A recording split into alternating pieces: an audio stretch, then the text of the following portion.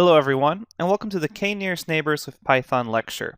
In this lecture, we're going to show you how you can use Python and scikit-learn to implement the K-nearest neighbors algorithm. Let me go ahead and show you where you can find the notebooks for this lecture.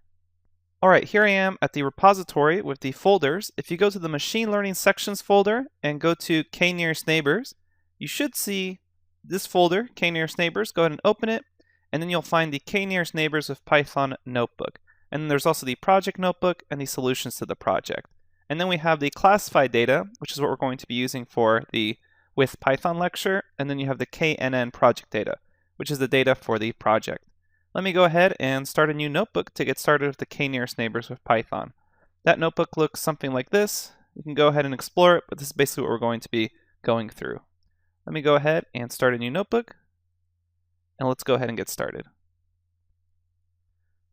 Alright, went ahead and cleared the toolbar and the header to get a little more view. And I'm going to go ahead and start by just importing pandas as PD, importing NumPy as NP, and then importing my visualization libraries. That's going to be matplotlib.pyplot as PLT, import Seaborn as SNS, and then since I'm using the Jupyter Notebook, matplotlib inline. Alright. We're going to pretend that we've been given a classified data set from a company. And actually, a lot of times, if you're beginning to interview for data science positions at certain companies, they will give you a data set as a take-home project, want you to analyze it or do some sort of machine learning algorithm on it, but they won't actually tell you specific values or what is represented by a column. And that's in order to protect their customer data or just to give you an anonymized data source. Let me go ahead and show you an example of what that might look like. We'll start by setting df is equal to pd read CSV, and I'm going to go ahead and read in the classified data. And one other note is I'm going to set the index call equal to 0, and then let's go ahead and check the head of that data frame. Alright, great. So you notice we have a bunch of data, but we just have a target class column, 1 or 0, and essentially just random letters for the column names. And this is essentially just anonymized classified data, so you don't know what any of these numbers represent, or you also don't know what these column names represent. You just know that you need to use these features that are unknown to you as far as what they actually represent in order to predict a target class, 1 or 0. Because the KNN classifier predicts the class of a given test observation by identifying the observations that are nearest to it, the scale of the variable actually matters a lot. And any variables that are on a large scale will have a much larger effect on the distance between observations.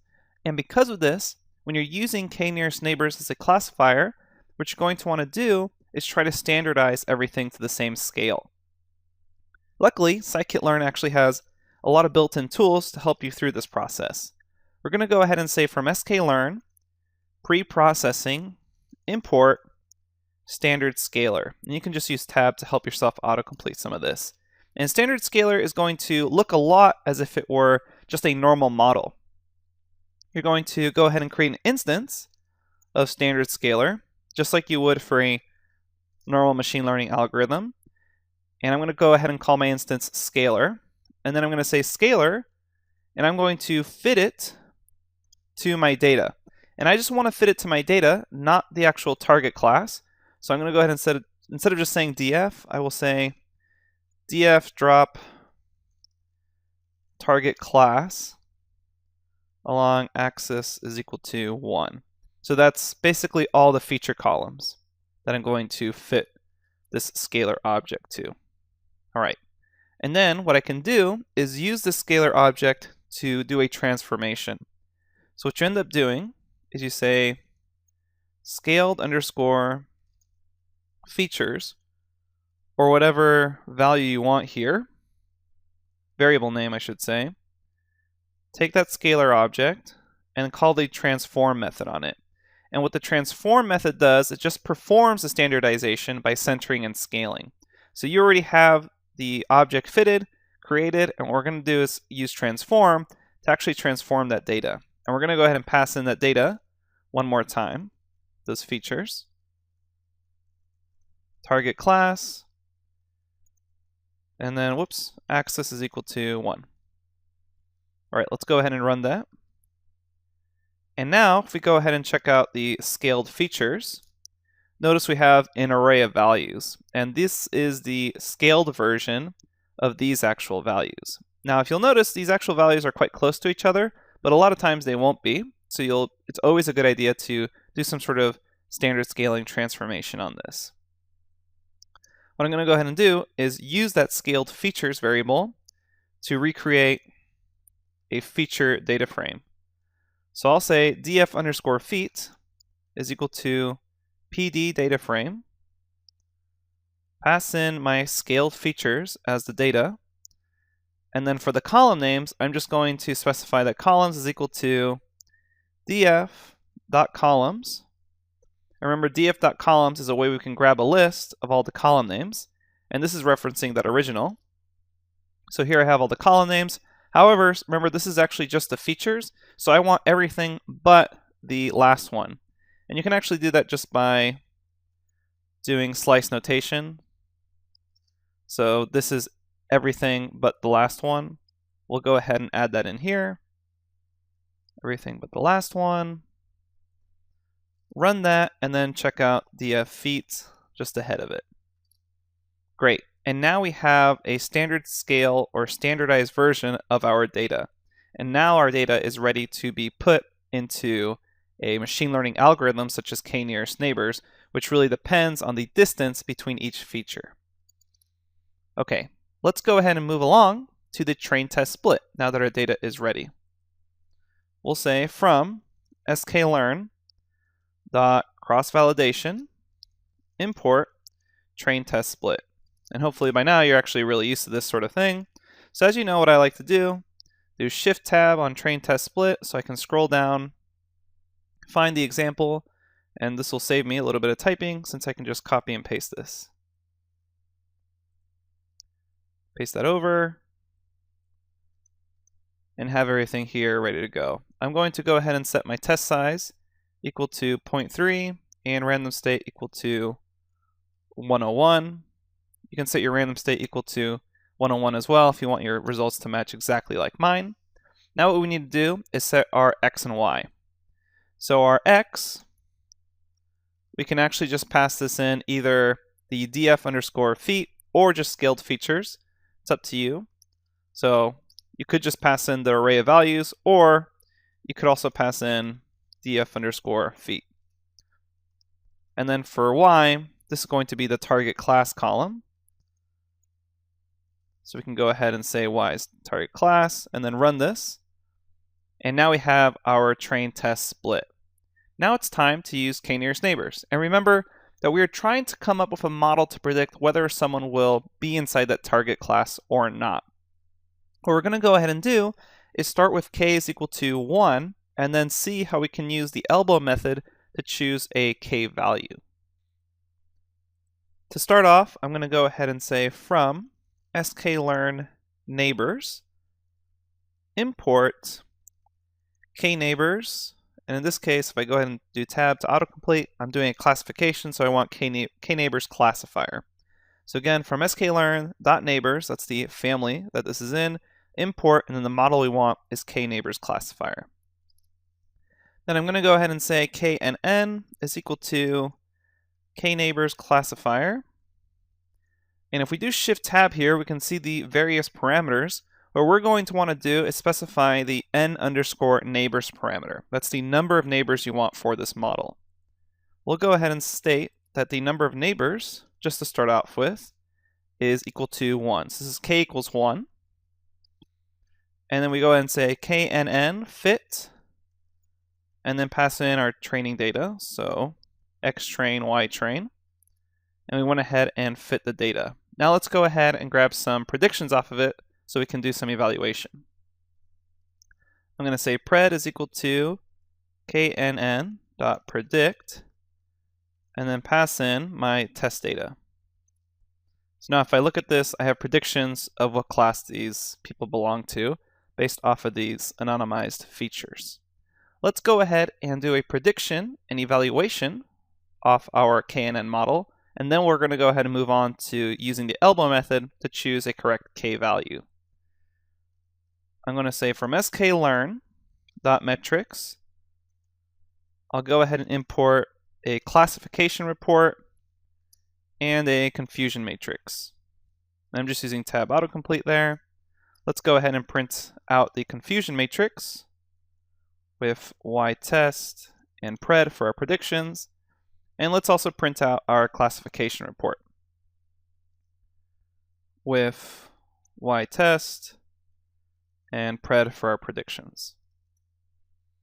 All right, taking a look at this, it looks like our model's actually pretty good already with k equals 1. But we're going to go ahead and explore if we can squeeze even more from our model by choosing an even better k value.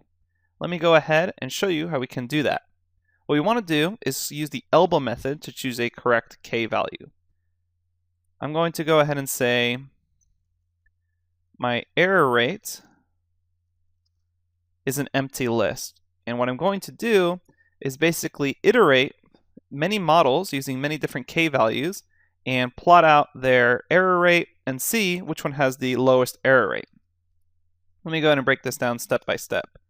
I have an empty list called error_rate, and I'm going to go ahead and say for I in range, let's go from 1 to 40. And you can choose smaller number instead of 40 if you don't want to do that many k values. But we're basically going to check every possible k value from 1 to 40. And for all of those values, I'm going to call kneighbors classifier with n_neighbors as I. Because remember, I'm saying for I in range 1 through 40. So I create a model at that specific k value. Then I go ahead and fit that model to my training set, so xtrain, ytrain.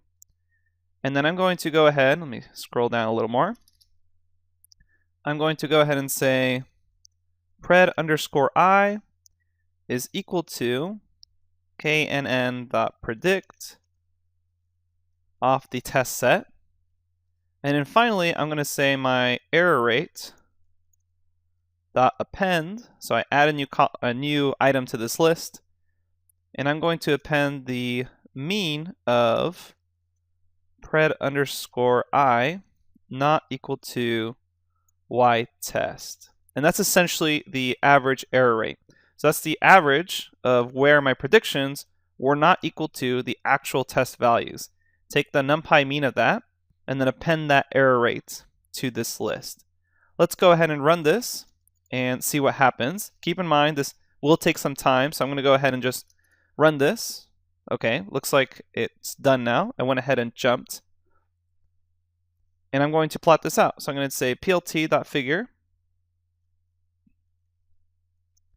Let me go ahead and set fig size to be a little larger than usual. So we'll say 10 by 6, that way we can see it.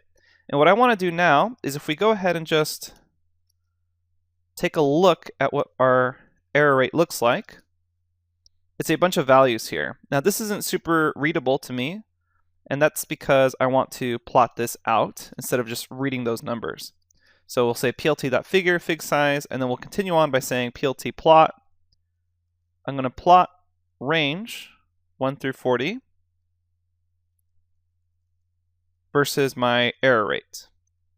And I'm going to add a couple more arguments here. I'm going to say the color is blue. This is just for visibility. Then I'm going to have my line style be equal to a dashed line. And we've also seen before how we can just type in like a dash if you wanted to, but you can also just type in a string dash depending on what you prefer. I'm going to set a marker, this to be O. And then I'm going to say marker face color is red. And marker size is 10. And then we'll say plt title is error rate versus k value. And let's go ahead and put some x labels there. X label is k, whoops, plt x label. And plt y label is the error rate. Okay, let's go ahead and run this, check it out, and then we'll break it all down. Okay, looking at this error rate, it looks like we start with a higher error rate as we go with a lower k value, and eventually going up and down, we start to lower our error rate. And it looks like we kind of start to reach some sort of minimum, maybe around 20s mark. Now the difference here between 0.05 and 0.06 as an error rate is quite small. It also looks like you can continue and maybe drop around where k equals 35, maybe 34, a smaller error rate. So let's go ahead and pick a lower k value, or excuse me, a higher k value for a lower error rate. We started off with k equals 1, and that was around a 0.075 error rate. Now let's go ahead and maybe we'll go ahead and just come around this, let's go ahead and say 17 here. Now we could keep going around here, but that's quite a high k value, and you'll see that it kind of bounces up and down, so I kind of don't like that. I'm going to go ahead and choose maybe around 17. Now, maybe for other data sources, this will probably be a little smoother and not as bumpy. And the reason this is a little bumpier is because your error rate is already so low. I mean, 0.05 and 0.08 are actually already a good error rate. So this range is already pretty good, even if you just chose k equals 1. Let me go ahead and copy and paste some of the code we've already done, such as printing this confusion matrix. I'm also going to print a new line between them. And what I'm going to go ahead and do is choose one of those higher k values so we can compare. I'm going to say KNN is equal to kneighbors classifier, number of neighbors. Let me go ahead and just choose, let's say 17. And you can play around with this and maybe choose like 34, whatever you prefer. And then I'm going to say knn.fit xtrain ytrain, and then pred is going to be knn.predict k_test. And then we're going to go ahead and run this and see how this compares to our original confusion matrix and classification report. So our classification report looks like we're showing around 92%. That's not so bad. It's actually pretty good. Let's go ahead and see if we can squeeze a little bit more performance out of this model by raising the k value to something that may be a little more optimal. Okay, running that, we were able to classify a couple more points correctly. So it looks like now we're at 95%, which is great. We're able to squeeze a little more accuracy and precision and recall from our model by doing this elbow method. Now this comes at the cost in the fact that you have to run all these models, plot them all out, and actually spend the time to figure out what your optimal k value is. But it does give you that extra 3%. And that's basically it for the k-nearest neighbors algorithm and how you can use scikit-learn to implement it. Let me go ahead and just do a quick rundown of everything we just did as a review before you head off to your project. First thing we did was do our imports. We went ahead and read our classified data. Then, as an important step, we had to standardize our data to the same scale. So we said from sklearn.preprocessing import standard scalar. We created a scalar object, a standard scalar object, did a fit to the features, and then we used scalar.transform on those features to create the scaled features. And we went ahead and put this into a data frame so we could actually see what the scaled features look like. Then we went ahead and did a train test split on those scaled features, so df_feat or the scaled_features. And then we set the target class to our y, did the train test split, and then finally we set from sklearn.neighbors, import kneighbors classifier. We started off with a low k value, just equal to 1, went ahead and ran our model and checked out the confusion matrix and the classification report for that model. Then we went ahead and did the elbow method to plot out a variety of k values, checked out the plot, went ahead and chose a good k value, around 17. You could have gone upwards to 34, maybe 36, played around with those. And I encourage you to go ahead and take your time to play around with extra k values. And then we went ahead and compared our new k value to our old one, and it looks like we were able to squeeze a little higher accuracy by choosing a better k value. Alright, hope you enjoyed that lecture. Coming up next is an overview of your project. Thanks everyone, and I'll see you at the next lecture.